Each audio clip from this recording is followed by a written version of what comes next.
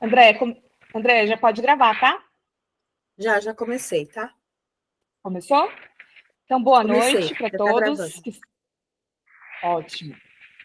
Para quem está entrando, para quem está assistindo esse conteúdo aí posteriormente, sejam todos bem-vindos. A ideia desse conteúdo de hoje é a gente falar um pouquinho de quem cuida de quem cuida, no mês aí de conscientização do autismo.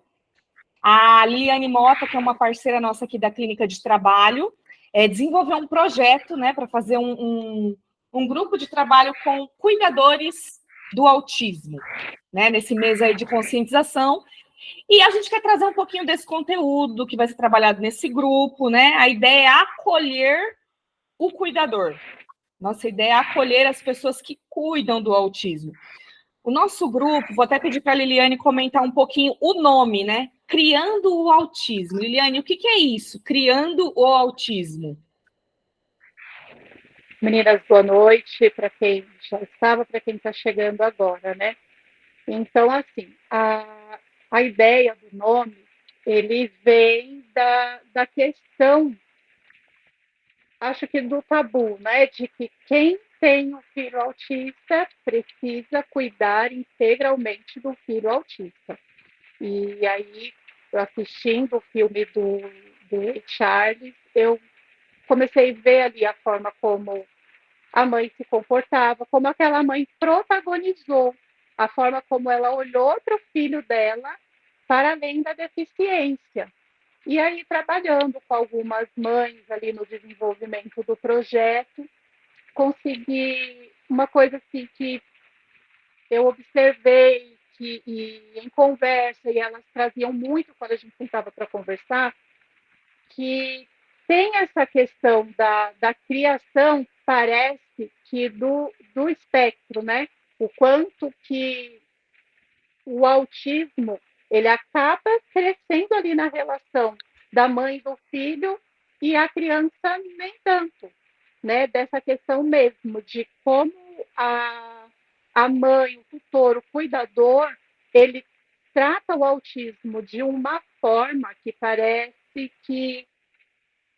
não, é como se ela visse o autismo antes do filho, né? Então, o nome do projeto ele vem daí, de trazer para essas mães a reflexão de que elas, apoiadas, amparadas, de repente, podem conseguir olhar para a criança para além do espectro, né? Olhar para o filho como protagonismo e o espectro não como um todo, não na totalidade da criança, como se fosse ali o espectro fosse a criança, e não, trazer a criança em si, e não o autismo como o protagonista do filho. Ficou claro, Vanessa? Sim, sim. É bem essa ideia quando nós conversamos lá inicialmente, né? Porque é o mês de conscientização, a gente sempre fala da importância, né, de ter um período específico, né? Não é só no dia 2 de abril, que é o dia da conscientização, se fala sobre autismo, tem que ser o ano inteiro, o tempo todo. Mas ter uma data que simboliza isso chama a atenção para a questão em si. Só que aí, às vezes, como você falou, o autismo ele vira o protagonista e a gente esquece da parte muito importante que é o cuidador. Quem cuida, quem está ali no dia a dia, quem aprende sobre o autismo, quem vai ali, né? A gente vai falar um pouquinho da parte diagnóstica, quem que vai mergulhar nesse mundo do TEA e vai aprender e vai cuidar, vai lidar com o diagnóstico, vai trabalhar as coisas internas, além de já ter que estar lidando ali com a criança, aprender a conviver, né, ali no dia a dia, e as coisas internas também. Então, a gente acaba olhando muito para o autismo, a questão, né, das terapias, mas não olha para o cuidador. Então, por isso que hoje nós vamos falar um pouquinho de quem cuida de quem cuida. No final das contas, muitas das vezes o cuidador está sozinho, né? Andréia, pode passar, por favor.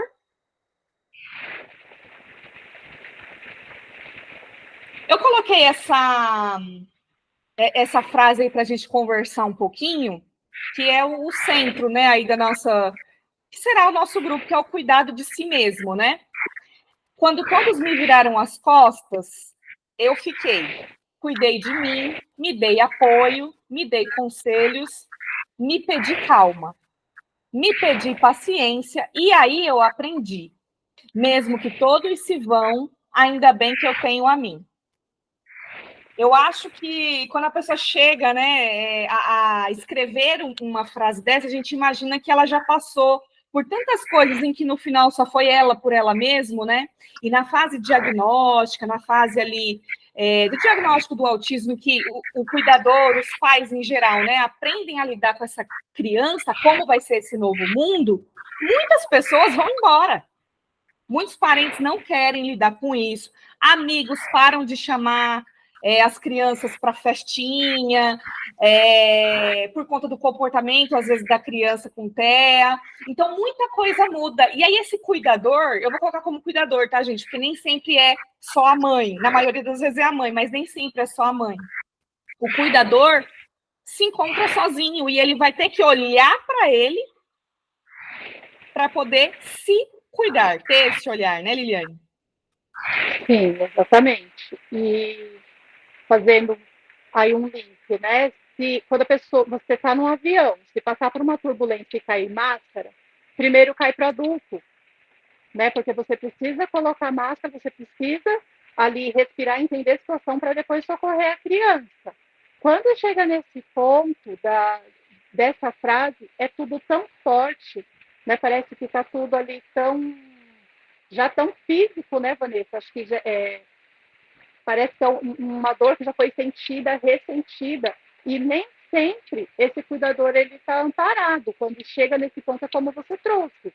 Já se foram os amigos, já se foram os parentes, só que aí tem um porém. Quando você traz a reflexão para esse tutor, para esse cuidador, tem todo um processo, né, para chegar ali a ficar só. O processo do abandono nem sempre é por parte, e acho que a gente vai falar mais para frente, não é só de quem foi. Às vezes, o tutor foi ficando, foi se deixando, foi se isolando. E não é um processo consciente.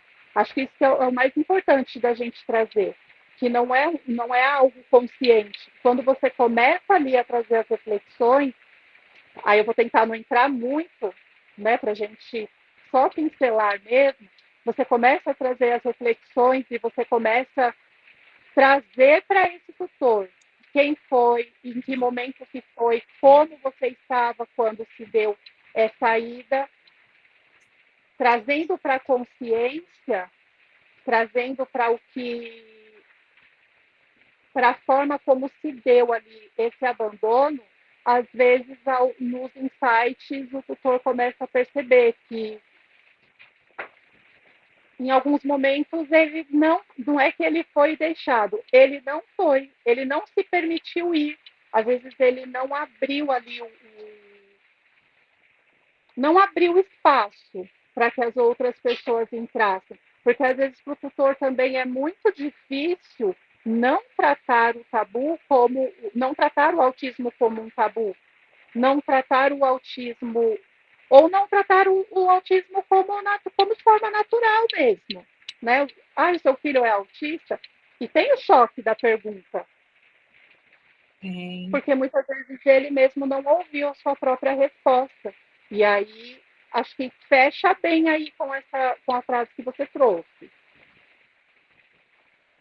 Sim, exatamente, porque até o cuidador chegar nesse momento, que é tipo assim, bom, se eu não fizer por mim, se eu não me cuidar e não buscar um lugar de acolhimento e de me ajudar, de me auxiliar, não são as outras pessoas que vão fazer isso. Então, acho que chegar nesse nível, assim, é muita terapia, é muito trabalho interno para a pessoa conseguir chegar nesse nível. Por quê?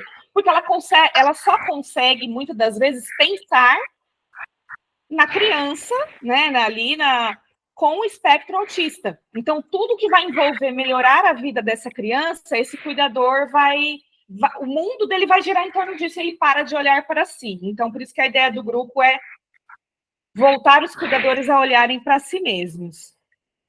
Andréia, pode Sim. passar, por gentileza.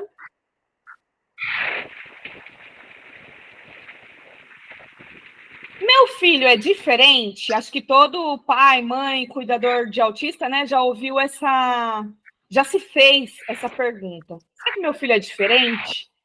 E aí vão ter alguns contextos em que vai aparecer algumas falas que faz esse pai, essa mãe, pensar, será que meu filho é diferente? Né? É uma das primeiras perguntas que vem, né, Liliane? Sim, sim, exatamente. Aí começam a vir os comportamentos, as comparações, principalmente quando ali dentro do núcleo familiar, é uma família que tem bastante criança, ou crianças que nasceram na mesma época, o primo nasceu na mesma época e o primo já está desenvolvendo de tal forma e a criança não está. Começam a vir as comparações, as perguntas, e aí pode ser que o tutor já está ali olhando, observando o comportamento que o tutor mesmo percebe, de repente, no desenvolvimento, no andar, na fala, e começam a vir as comparações do núcleo familiar, do núcleo escolar e do pediatra. Essas comparações pode fazer também com que o tutor ele vai, ao invés de ir abrindo, ele vai fechando, porque ele pode entender essas comparações como julgamentos. E aí eu acho que entra uma questão bem importante, Vanessa, que às vezes o tutor observa e até tem um insight, mas quando divide, e é bem comum isso acontecer geralmente no familiar, ai, tira isso da cabeça, porque hoje tudo é autismo. E isso pode acabar, né, atrasando muito um diagnóstico, prolongando o processo de negação, e eu também acho que estou me adiantando, prolongando ali todo um processo de negação, de procura de ajuda profissional, porque o tutor já começa a olhar para a criança e a fantasia, às vezes, ela se contextualiza de uma forma tão grande que ela pode limitar esse tutor, né? E se ela já tiver nessa abrangência toda, já passou pela família, já passou pelo escolar, já chegou ali na parte do pediatra, esse tutor ele pode dar ali uma travada. Ele trava, ele tem dificuldade de falar abertamente com o pediatra e, às vezes, ele pode até, da parte escolar, ele já pode ter ali um olhar profissional, porque tem a questão de alguns professores, do pedagógico principalmente, de ter uma informação maior, de ter um olhar mais aguçado e de trazer dados. E dependendo da forma como esse tutor ele está machucado, ele está ferido, ele se fecha e pode não ver essa professora, esse coordenador, como alguém da sua rede de apoio, mas alguém alguém que te julga, né? Que não está trazendo, por quê? Porque quando identifica, se você leva para os profissionais, até os 7 anos, a criança ela tem uma capacidade de desenvolvimento que é maior, né? O cérebro está. Então, quanto antes essa criança é diagnosticada e entra para a terapia, a possibilidade de deslanchar, né, de desenvolver, ela é bem maior. Então, dependendo de como esse tutor ele está machucado, ele passa a encarar quem pode ser rede de apoio como rede de julgamento. Exato. Uma coisa que tem tido muitos estudos ultimamente é o estudo da neuroplasticidade, né? Então, é ali a mudança cerebral mesmo que acontece, né? A mudança cerebral. Quanto mais a criança é estimulada ali até uma certa fase, o quanto ela consegue ganhar neste período da neuroplasticidade. quando ela já não está finalizada, né, vamos assim dizer. Então, tem um período ali importantíssimo. Hoje a gente conhece muito, é muito falado nesse meio do método ABA, né, porque é uma terapia, é uma fundamental, né, no acompanhamento da criança com espectro autista, mas também tem utilizado o método Denver, que é um método também de estimulação aí na criança bem pequenininha, criança bem novinha, e acaba ajudando muito, né? Acaba, assim, tendo resultados muito bons por conta dessa estimulação lá no início, e que quando os tutores ficam presos ali nesse período de negação, quanto mais fica em período de negação, menos se começa esse trabalho. Os métodos, a estimulação necessária, o quanto essa criança pode ganhar quando ela for, quanto antes ela for estimulada, né?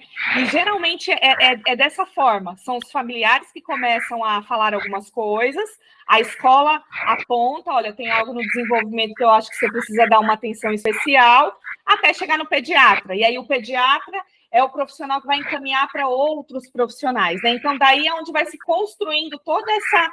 Onde começa a interrogação, será que meu filho está se desenvolvendo como o que eu estava esperando? Será que não? Então, vai se construindo até chegar num diagnóstico. Pode passar, Andréia.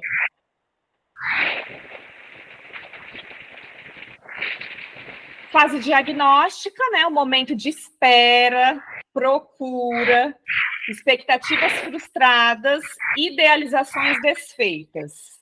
O que é isso, Liliane?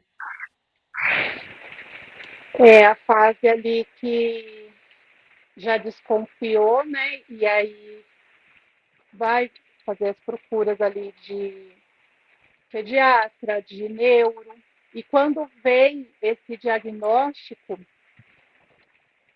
e a expectativa, né, que esse tutor tinha ali em cima dessa criança, né, o ideal, tudo que ele projetou, né, tudo que ele colocou ali em cima dessa criança, em cima da criança que ele tinha e que ele tem.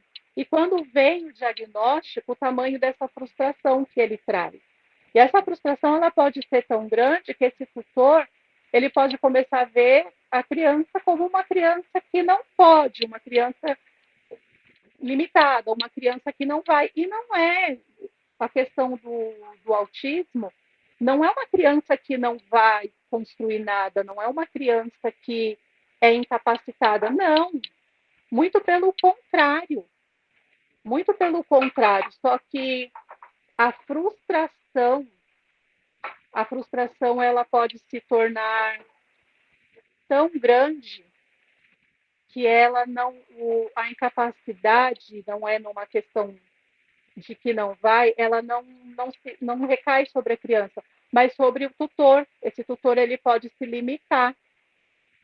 E diante do que ele esperava, achando que essa criança não vai conseguir fazer o que ele esperava, ele acha que a criança não vai fazer mais nada. E pelo contrário, né, levando ali a criança nas terapias, levando a criança dentro desse processo que você falou, que você trouxe, da neuroplasticidade, vai se desenvolver e vai se descobrir quais são as aptidões que a criança tem, o que a criança, qual que é o hiperfoco dela, o que ela gosta de desenvolver. É que agora me fugiu o termo. Mas o que a criança gosta de... O que a criança gosta em si de fazer. Qual que é... Me fugiu mesmo a palavra. Qual que é a vocação da criança, o que a criança em si gosta. As habilidades, você fala? As habilidades, exatamente, porque se por um lado ela não vai atingir essa expectativa desse tutor, ela tem a possibilidade sim de em outro campo ela trazer algo que não era da expectativa, algo surpreendente. Exato. E ela tem essa capacidade, só que dentro desse processo da frustração, que acho que até o que os tutores trazem como luto, é muito comum, né? Estou no luto, a fase do luto, estou de luto. E se essa fase não passa, porque é altamente compreensível que você tinha idealizava algo, tinha uma expectativa, e quando se trata de um filho, é muito grande, né? Até aquela questão, é menino ou menina? O que vier tá bom. Tem-se uma expectativa ali, né? E o coração tá lá pensando, não, mas se for um menino, se for uma menina, né? Há uma expectativa, né? Então é compreensível, sim, que vá se haver uma frustração muito grande. A ideia do grupo é trazer os tutores para fazer essa tratativa. E aonde que a gente esbarra? Mas é um grupo para cuidar de tutor e não pode ler, não é para os autistas? Não, é para o tutor. Então não quero, então não tem interesse, porque é muito fechado, né? É tudo muito voltado para, não, mas o meu interesse é como que eu vou cuidar da criança, mas como que você vai cuidar de você? Vamos tratar a sua frustração, vamos tratar as suas realizações que estão desfeitas, né? Um ambiente sadio, de acolhimento e continente, onde você pode trazer as suas angústias, mas nós vamos tratar, não vamos girar em torno disso, né? Em torno somente da frustração. A Laura fez um comentário muito legal aqui, bem interessante. Ela colocou assim: a frustração pode ser também sobre o tutor, né? Indo pela linha de raciocínio, que às vezes tem uma questão genética envolvida. Muito legal a visão dela. Realmente também tem isso. Pela questão genética envolvida. Então, eu entendi que ela quis dizer assim, a frustração também é sobre o tutor dessa questão genética. Sim, porque pode ter uma questão ali, né? Onde que... o que eu fiz? Tem uma questão pode ter uma questão, sim, de uma culpa, sim, né? Sim. É do marido, é do parceiro, né? É uma questão da família, de onde vem. É um misto de sentimentos e nós não estamos de forma nenhuma minimizando ou invalidando. Muito pelo contrário. É o auxílio no entendimento do que você está sentindo, né? Do que você pode ter sentido ali no processo, mas com um olhar para a tratativa, para ressignificar, vai ter resposta para todas as perguntas? Exato. Pode ser que nós não tenhamos, não vamos chegar nesse ponto de que todas as perguntas serão respondidas e todas as dúvidas serão sanadas, mas ressignificadas, provavelmente, né? Para que você possa olhar para a criança que você tem, que de repente é um baita de um artista. Não vai atingir a sua expectativa, mas se permita ser surpreendida. Exato. Exato. A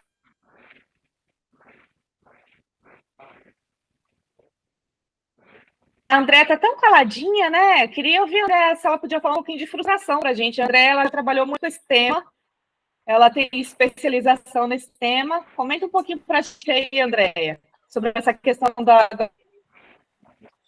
Eu estou meio calada esses dias, né? das expectativas frustradas. Eu estou meio calada esses dias por causa da falta de voz, a tosse, mas vou tentar falar assim.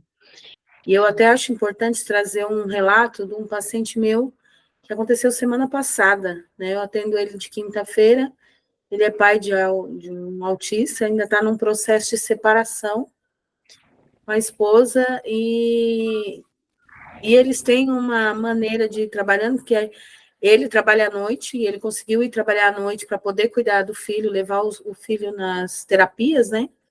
Ele faz aba, inclusive, e a mãe trabalha 12 por 36. Então, até mesmo na terapia dele, uma vez a cada 15 dias, o menino vem junto para a terapia e fica ele falando das questões dele e o menino andando pela sessão, mas ele não tem com quem deixar, desculpa, essa criança.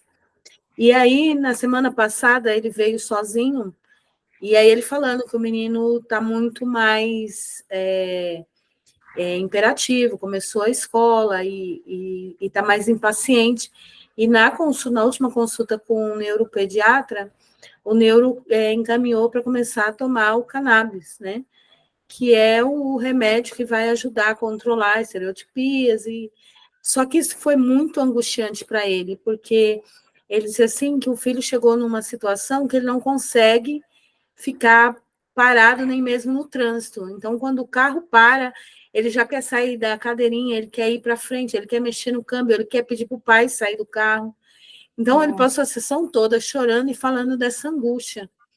E era assim, uma das frases, né, que eu falei para ele, algumas coisas, eu falava assim, não, mas aqui você está buscando ajuda para se cuidar, para poder cuidar dele, porque é um processo que ele está passando, vamos acreditar que a medicação vai fazer um efeito diferente, mas a importância que é de você estar aqui falando dessa angústia de ver o filho mais agitado, de ver o filho nervoso, que nem ele fala assim, que o menino não consegue socializar. Então, assim, são muitas as angústias nas comparações com outras crianças, né? Na comparação, que nem vocês mesmos falaram, entre os familiares.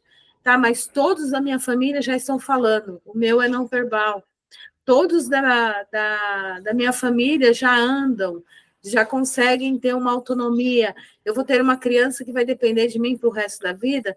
Então, assim, são essas angústias que caminham junto com os cuidadores, né, dos autistas, e que eu acho que esse grupo ele vai, em primeiro lugar, unir, né, unir os iguais, unir aqueles que passam por esse tipo de dificuldade, e assim eles conseguirem falar um pouco mais sobre as suas frustrações, falarem um pouco mais sobre as suas dificuldades, e principalmente sobre os seus anseios, né, os seus sonhos.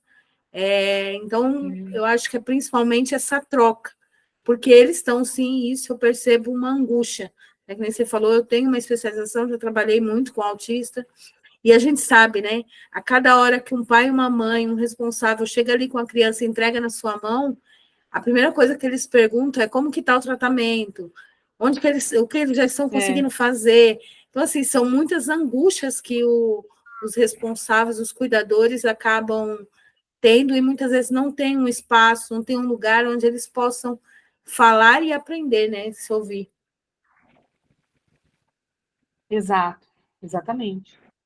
E imagina se esse pai não tem pelo menos esse espaço para poder colocar essa angústia para fora, né? Que é a terapia dele, né? E mesmo assim eu senti ele muito angustiado, porque ele é um pai super presente. Então o menino ele faz terapias 3 vezes por semana. Ele tem os médicos que ele vai praticamente todos os meses. Então é uma rotina pesada, né? Tem crianças que fazem tratamento diariamente.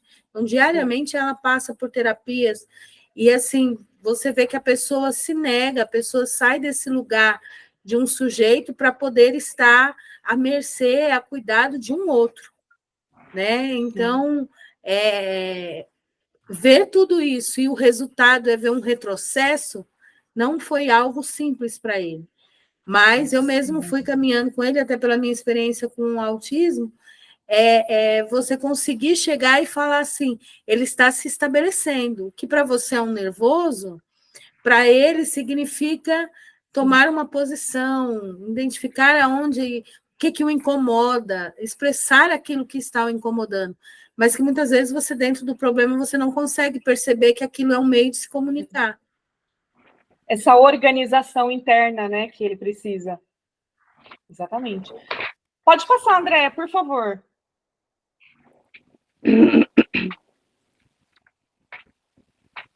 Deixa só eu ver aqui que a Laura comentou, a gente ver. Esse caso do menino, ele precisa de alguma ajuda de psicomotricidade? Ou esse tipo de terapia é só para a dificuldade de locomoção?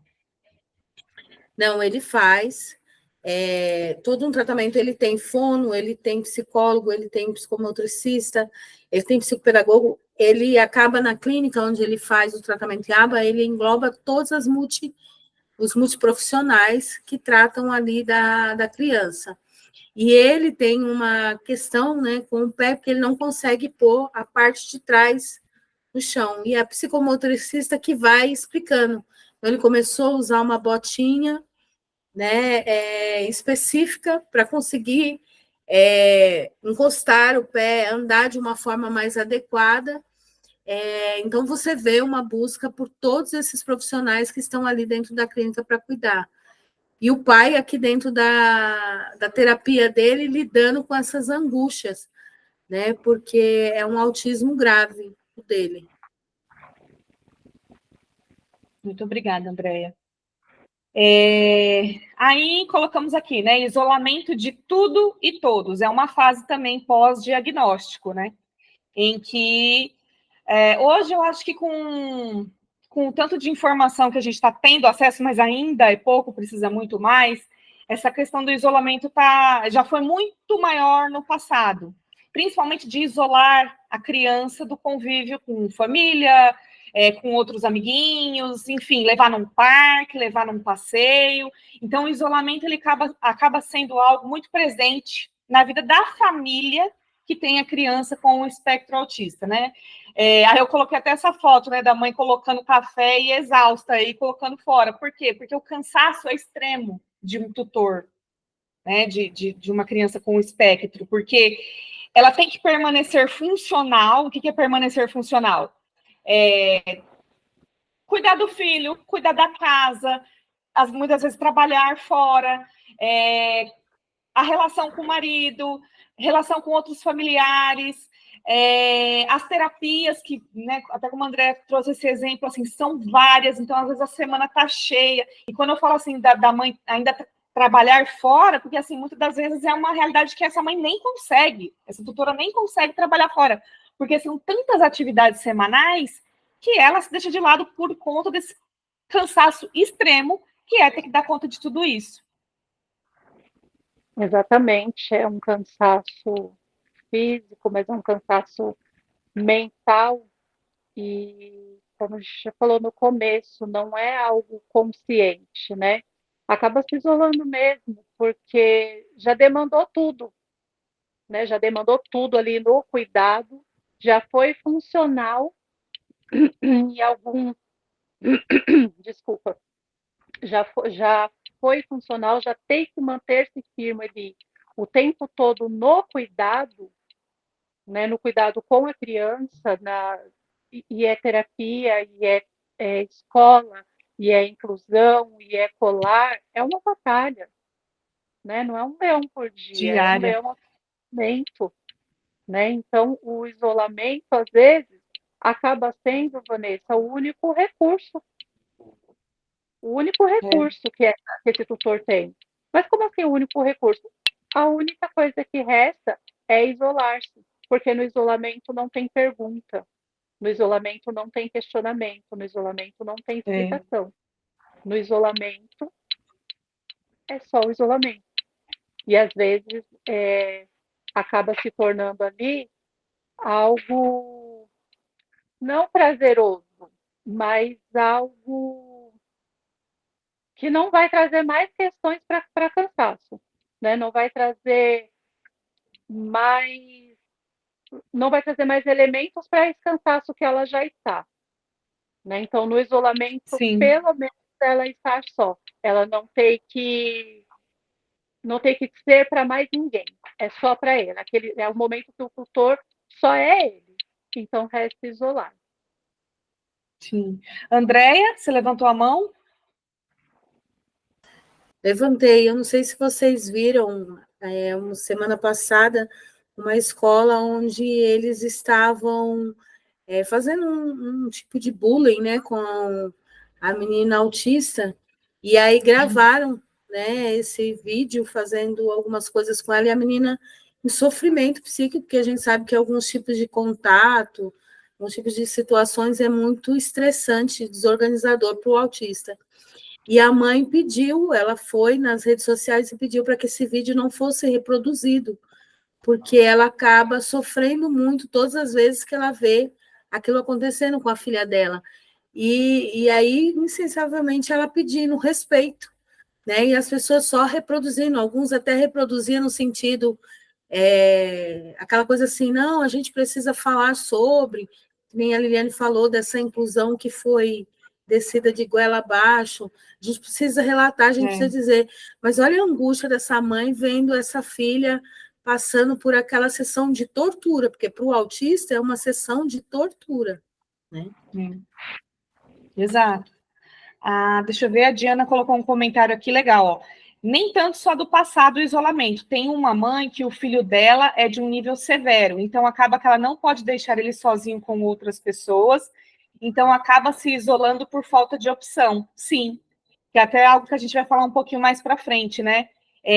De não existir essa rede de apoio e acabar que a única opção dela é se isolar, porque não consegue colocar ele o filho num contexto social, né? Ó, e ela ainda complementou, e falando na posição de psicóloga escolar, não de e falando na posição de psicóloga escolar, não existe inclusão. Concordo, Diana. Também já trabalhei muitos anos dentro das escolas municipais e é assim, é só para inglês ver, é aquela parte burocrática para dizer que tem, mas na prática não é o que acontece, realmente. Sim, porque até para os profissionais não há uma capacitação, né? Vamos tentar não entrar muito aí nesse contexto, mas não há uma capacitação. Então, como que você inclui sem você ter base, o mínimo, né? Tá aí, senhor professor, senhora escola, faça inclusão. Como? Né? Então, aí é onde chega o ponto, nesse ponto do isolamento mesmo, que o tutor fala, não, então agora eu vou sentar aqui e vou ficar aqui, nesse momento vou ser só eu comigo, né? E aqui, esse momento é um momento que já tá bom que não há guerra, é confortável porque estou só, e de repente não tenha todo esse conforto, porque pode ter ali um sofrimento psíquico, uma batalha interna, nesses momentos de isolamento, né? Mas é isso aí. Pode passar, André, por favor. Eu ainda tenho outros filhos para dar conta. Cadê minha rede de apoio e não de julgamentos? É verdade, né? Às vezes, ali uma família que tem 2, 3 filhos, né? Acaba, por isso que o nome do grupo é Criando o Autismo. Tudo gira em torno do autismo, do tema autismo, e quem está em volta ali vai ficando de lado, né? Como lidar com isso? Ter que dar atenção para os outros filhos também, porque existem outras pessoas também nessa família, muitas das vezes. E a tal da rede de apoio, né, que a gente estava falando no início, e não de julgamentos. O que nós vamos encontrar é 90% de julgamentos. Mas por quê? Mas isso não é birra, não? Você devia fazer assim. Não sei o quê. Se fosse meu filho. Houve um monte de coisa assim que não tem nada a ver, um monte de absurdo. É 90%, viu? De 90% a 95% de julgamento. E a rede de apoio pequenininha, né? Como que é isso, Liliane? Como você vê rede de apoio e esse tutor ter que dar conta também de outros filhos? E quando tem outros filhos, aí até já colocou, a Laura colocou, a questão do ciúme. A Laura colocou. Porque o tutor vai ter o olhar mais para o filho que para o filho autista, né? E aí tem a questão do ciúme do filho, dos outros filhos, tem a questão do desenvolvimento dos outros filhos. As fases também do outro filho, dos outros filhos. Pode ser que esse tutor, dentro da sua própria casa, tenha dificuldade na sua rede de apoio interna ali, né?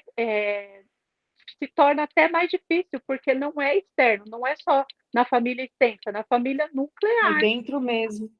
É dentro mesmo, né? Hoje, acho que uma mãe que está muito aí em ascensão é a mãe do Ricardo, a Dalva, né? Não sei se... muito legal. Dalva Tabac. Muito legal. Só que, assim, se a gente parar para fazer uma conta, ela não dormiu e acordou assim, vou fazer dessa forma. Teve verdade, é verdade. Algumas mães, no atendimento de mãe, vários meses, né, vários tempos ali já de intervenção, uma terapia que não é inicial, né, de uma terapia que já tem um tempo. Olha, porque eu tenho um filho autista, porque eu tenho um filho especial. Aí começa a ter reflexão. Então, mas vamos pensar isso por um outro lado. Não, mas não tem outro lado, então.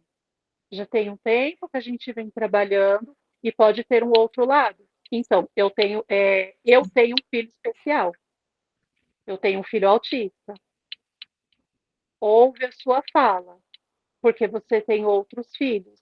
E quando você traz para os outros filhos que o filho que tem o espectro, ele precisa mais de você, você não vai conseguir olhar para os outros. E aí é onde a gente começa já a trabalhar a rede de apoio, né? Porque aí eu já digo não de quem está ali no inicial, da descoberta, mas já de começar a trazer essa reflexão para a família, para a rede de apoio. E uma coisa, Vanessa, quando eu comecei o projeto, que eu trabalhava com umas mães, eu trazia reflexão, mas para cada um que traz um julgamento, depois que você já fez todo o trabalho ali da fase do diagnóstico, já entendeu? Para cada um que traz um julgamento, joga uma semente de reflexão, de conscientização. Nossa, mas não tem como fazer isso. Tá, vamos repensar, vamos pensar aqui de que forma que isso pode ser feito, de que forma que isso vai se constituir. É da noite para o dia? Não, não é da noite para o dia, mas a gente precisa trabalhar essa reflexão de que você tem outros filhos e que quando a sua família traz o julgamento para você, você se colocar nesse papel de defesa, vamos começar a inserir uma informação ali. O que você acha? Claro que com muito cuidado, claro que assim, tateando o campo, né, para ir colocando, mas quando tem outros filhos, essa rede de apoio, a gente tenta já, isso no grupo, começar a trabalhar já no interno, começar a tentar trabalhar essa rede de apoio já ali dentro, porque até mesmo os irmãos, a gente tenta olhar com uma tratativa de não trazer uma rivalidade, né? De tentar diminuir o máximo possível, porque a rivalidade em alguns campos ela vai se constituir mesmo, ali dentro da questão familiar com os irmãos, mas de trazer que esse irmão, essa criança, né, ela não é mais importante do que as outras, ela tem necessidades e limitações que são diferentes, mas ali no contexto de filho, e é uma batalha para trazer essa reflexão, para trazer esse entendimento. Ainda no caso do Ricardo, ele ainda é o mais velho, os irmãos são mais novos, então quando os irmãos chegaram, eles já estavam, então é um contexto. Em alguns contextos, os irmãos são mais novos e o filho que é autista chegou depois, né? E aí você acaba tendo esse olhar, né? Já é o mais novo, já é o que precisa mais,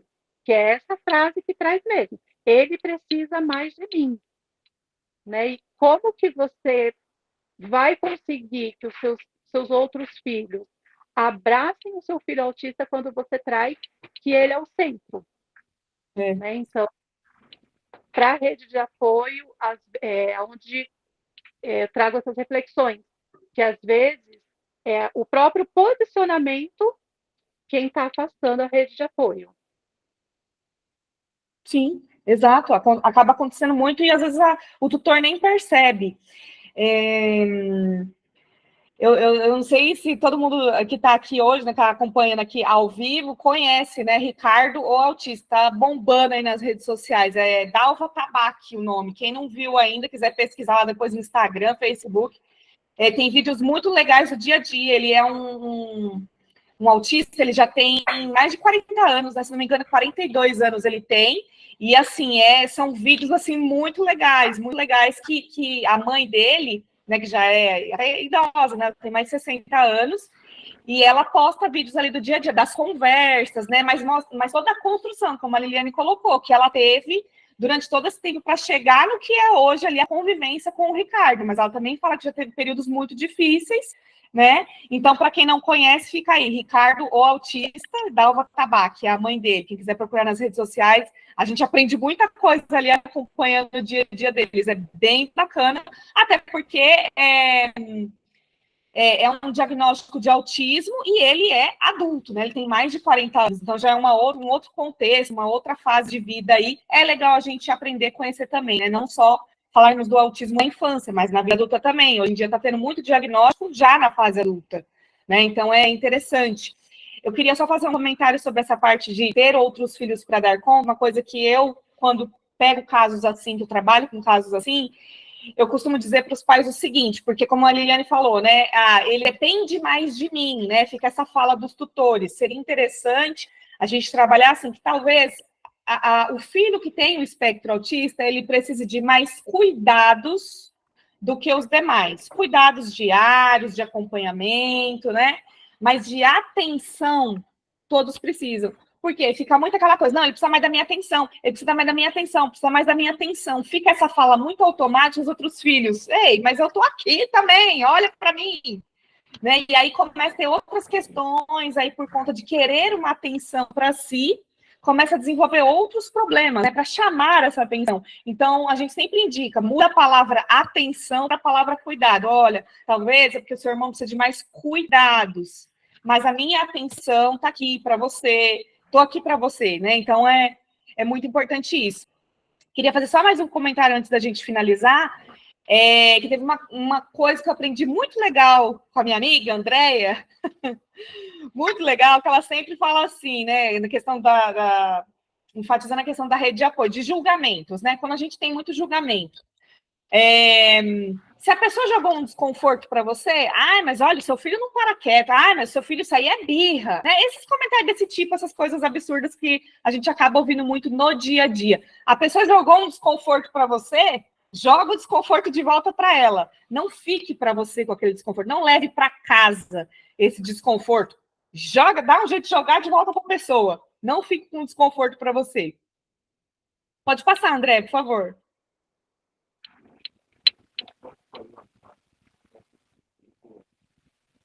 Bom, gente, aqui a gente já vai finalizar, tá bom? Coloquei essas duas frases aqui para a gente pensar, para finalizar aqui o nosso encontro, né? Gostaria que a Liliane comentasse, né? O autismo é parte desse mundo e não um mundo à parte, como às vezes acaba acontecendo. Fica sendo um mundo separado do todo.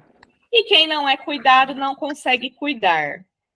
Pode fazer suas considerações finais, Lili.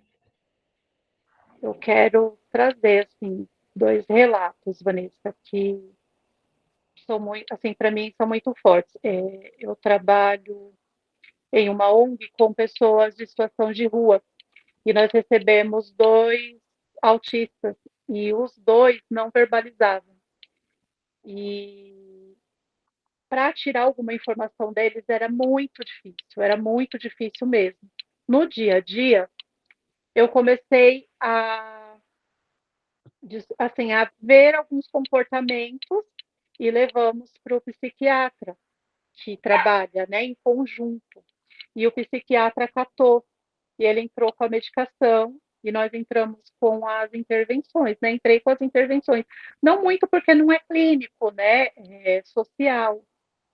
E agora eles estão verbalizando. Hoje foi um dia que a gente levou violão e eles estavam cantando. Estava cantando a música toda, não, mas eles estavam cantando. E um deles, na segunda-feira dessa semana, conseguiu falar de onde veio e pediu para que nós localizássemos a família dele. Falou onde mora, falou o ônibus que pega aí, e ele foi dando todas as referências e nós fomos puxando. Então, quando eu penso no grupo, quando eu pensei na importância desse grupo, é pensar em tutores saudáveis que consigam orientar os seus autistas, né? Para que, se por algum motivo eles estiverem longe de casa, eles consigam retornar. Porque eu fico muito pensativa, eles já estão conosco há mais de 7, 8 meses, né? Da angústia da família, de quem cuidava, sabe, assim, da origem daquela pessoa, de onde aquela pessoa pertence.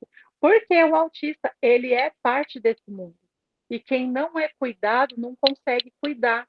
Então, quando eu penso na importância desse grupo, eu penso muito nisso, porque um tem 45 anos e o outro tem na faixa de 30, 32, não vou lembrar exatamente, mas não tem mais que isso, né? Então, assim, quanto à sociedade, quanto à psicóloga, e quando eu sempre falo, quando a gente faz live, que eu fico muito feliz quando a psicologia sai do consultório por conta desses avanços que a gente consegue. É legal. E me traz muita satisfação, assim. Eu sou muito grata de trabalhar com você, de trabalhar com a Andrea. Eu amo quando vocês falam. Eu adoro ouvir vocês falarem. Eu gosto muito, aprendo muito com vocês. E as minhas considerações finais são essas. Assim, hoje eu espero contribuir para a sociedade, contribuir para a comunidade. Eu espero que seja um trabalho que se efetive, é ousado, né? Dizer para o tutor do autista que o autista não vai vir, mas é isso. Né? O grupo tem esse intuito, é esse olhar que eu trago. É isso aí. É muito ousado no sentido de falar isso. É exatamente isso, né? Olha, o autismo não vai ser o centro desse grupo. Nós vamos levar para outro lado aí de cuidado, né? Cuidado do cuidador. Então, assim, gente, é isso que a gente tinha para falar. Ficou gravado esse nosso encontro aqui. Nós vamos disponibilizar lá no grupo. Se vocês quiserem, né, passar para outras pessoas assistirem. O conhecimento, um pouquinho que a gente conversou aqui, tem que ser multiplicado, tem que passar para frente.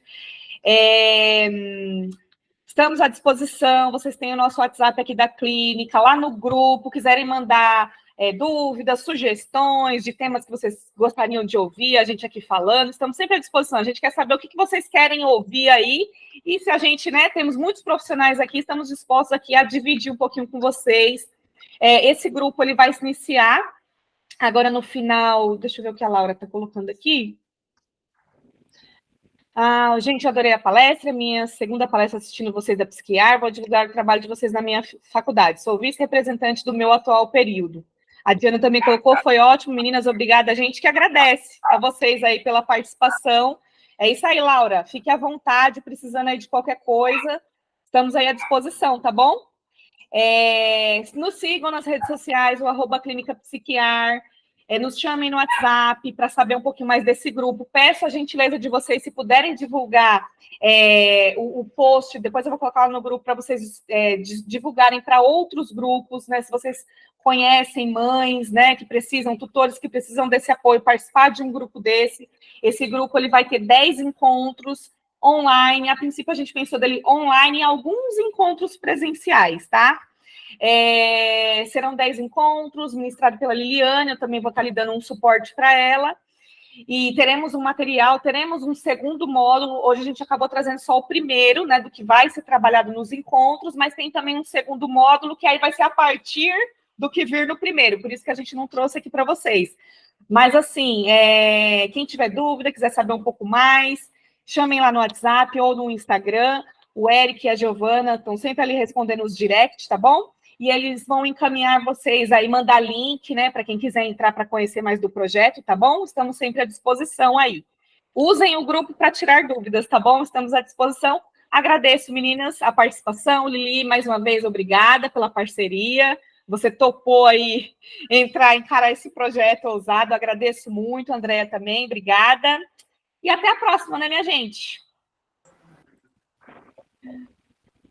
Agradeço a todos vocês também, gente. Foi uma ótima troca. Boa noite, gente. Até mais. Boa noite. Tchau. Tchau, tchau.